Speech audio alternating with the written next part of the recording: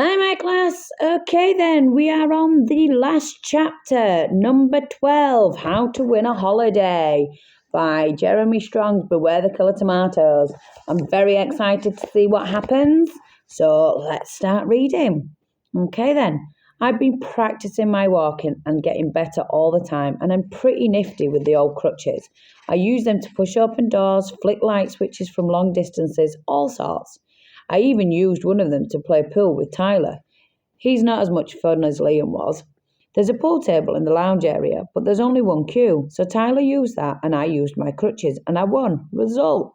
Tyler said it didn't count because I wasn't using a proper cue. I know, but that makes it more difficult. No, because it's fatter on the end. My cue's tiny. Okay, give me the cue and you can use my crutch. I'm not using your stinking crutch. I might catch something. You can't catch a broken leg, I pointed out. You're just a bad loser. No, you cheated and you're a pain. Tyler went back to his bed. He's a bit thorny, Tyler. He seems to like to argue. One thing about hospitals is that when anyone has an argument, you never see them storming off. That's because most of the time they can't. You can't storm off if you've got a broken leg, or stitches in your side, or you're attached to a drip. Arguments last longer in hospital. And if you're trapped on a ward with someone you don't like, that's murder. In fact, I'm amazed there aren't thousands of murders taking place in hospitals. You'd think the corridors would be full of bodies battered to death with crutches and stabbed with scalpels and throttled with bandages, not to mention being worn down by a hit-and-run wheelchairs. Oops. Glad I'm going home. And I am going home. The doctor says I can go tomorrow. Escape, freedom, at last. Acne Man seems pretty pleased too. Hooray, I'm fed up with all your moaning, he plumped my pillow. I don't moan, I moaned. How's your girlfriend? What girlfriend? Kathy. Acne Man blushed. Brilliant. Red ears, the lot. He carried on plumping my pillows, banging it with one fist. I'd never seen a pillow plumped up so much. You do like her, don't you? It's none of your business.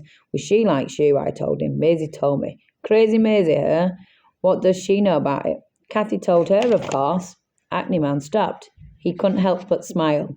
He tried to hide it, but I could tell he was pleased. Like I said, it's none of your business. Will you marry her? Jack, shut up. I started to hum. Here comes the bride. But Acne Man threatened to put the pillow over my head and smother me. Then talk of the devil, both Maisie and Kathy appeared. Maisie was bouncing like her legs were on pogo sticks, while Kathy and Acne Man made moon faces at each other and drifted across to the desk. Look at them, I said, makes you want to throw up. Oh, it's lovely, Maisie sighed. Yuck, what are you doing back here anyway?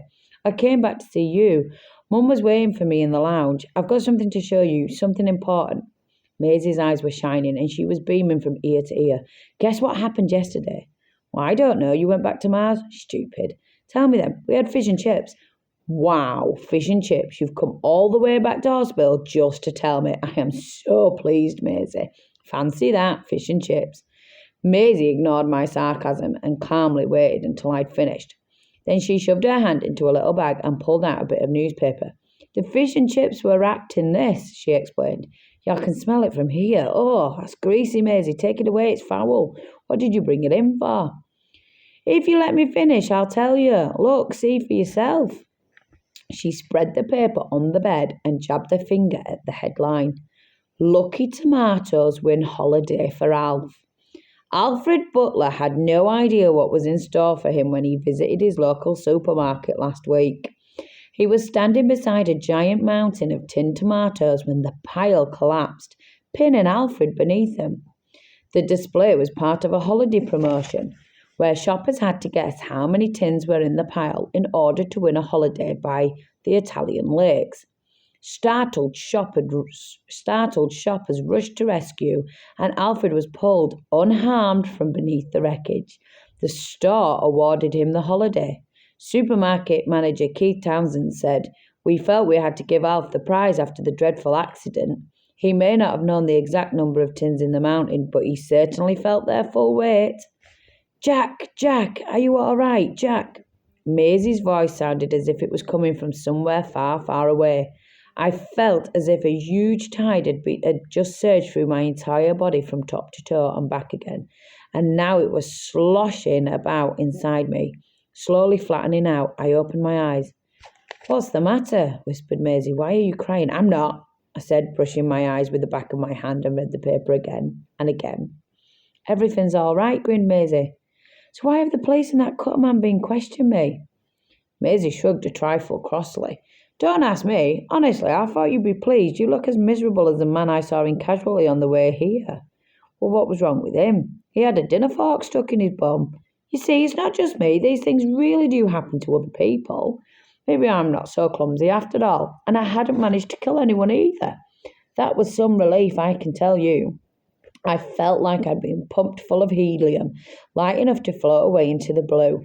That's brilliant. I was a bit cross with the man for winning the holiday, though. He might have shared the prize with me. I mean, after all, if it hadn't been for me, the tins wouldn't have fallen over in the first place. He should have taken me with him.